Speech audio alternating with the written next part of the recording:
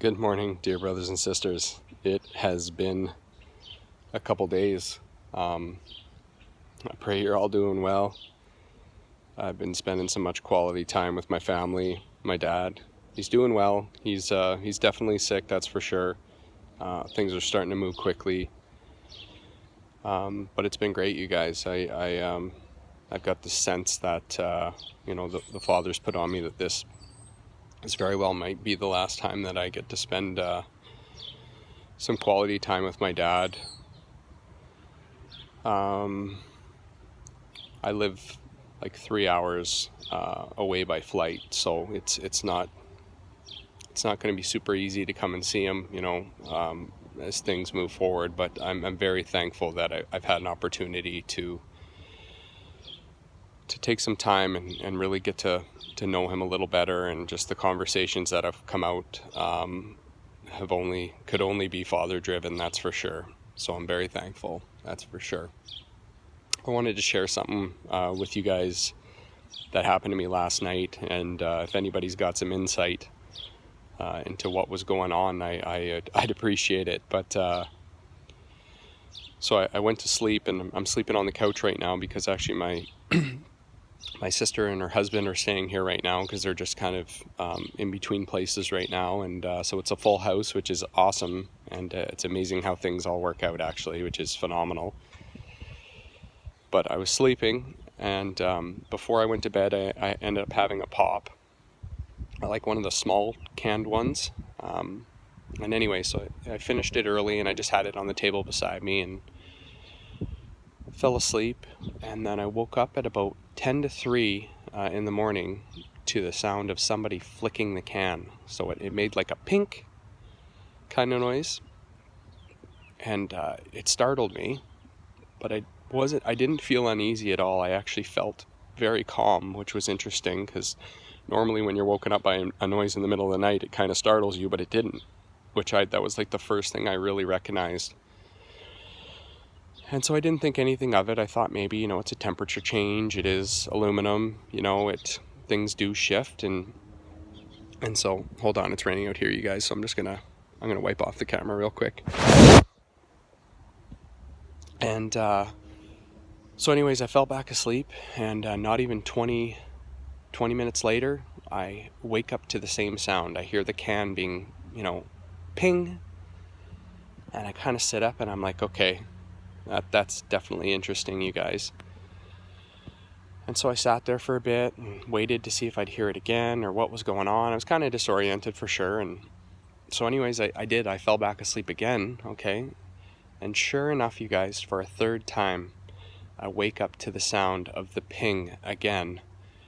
And I look up, and there's my dad standing in the hallway, and he looks at me and goes, "What are you doing awake?" I looked at him and I was like, "What are you doing awake?" So anyways, as I had mentioned before, my dad does have diabetes as well. So he gets up several times in the night to use the bathroom.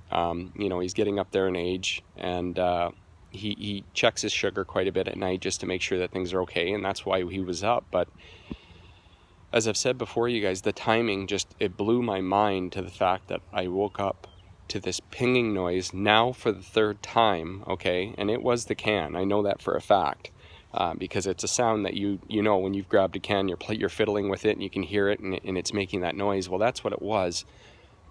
But to wake up to there's my dad looking at me, and I'm looking at him, and then we have this quick conversation, and I could feel the Father, you guys, there. It was just, there was something about it, was just, I don't even know how to explain it. So then anyways, he said goodnight to me, and he went back to bed, and I kind of laid there for a bit, and I couldn't go back to sleep. And the Father put it on me actually to say the Lord's Prayer and to say it out loud, and so I did. And so I say the Lord's Prayer, and I say it out loud, and then no sooner did I finish that prayer, you guys, I heard the can go pink right as soon as I was done the prayer. And I don't know what to make of all that, other than the fact that, the big guy's showing me that he's there and that he's listening. And it was just the whole thing, for that can to be flicked now 4 times, after the 3rd time my dad being there. And it actually, I'm not going to lie to you, it scared me for a bit, because I thought he was going to maybe take him last night. And I even asked, are you going to take him tonight? And I almost could feel him say to me, do you want me to take him tonight? Almost like he was joking around with me. And I said, you know what, your will is your will. I understand that. It's not up to me. I know that. I have no say in the matter. I know you hear our prayers. And again, I love you guys. I appreciate every prayer that you've said for him. But it was amazing, because I had this, loving, kind of funny conversation with the Father as I was praying. And, so I fell back asleep, and here we are.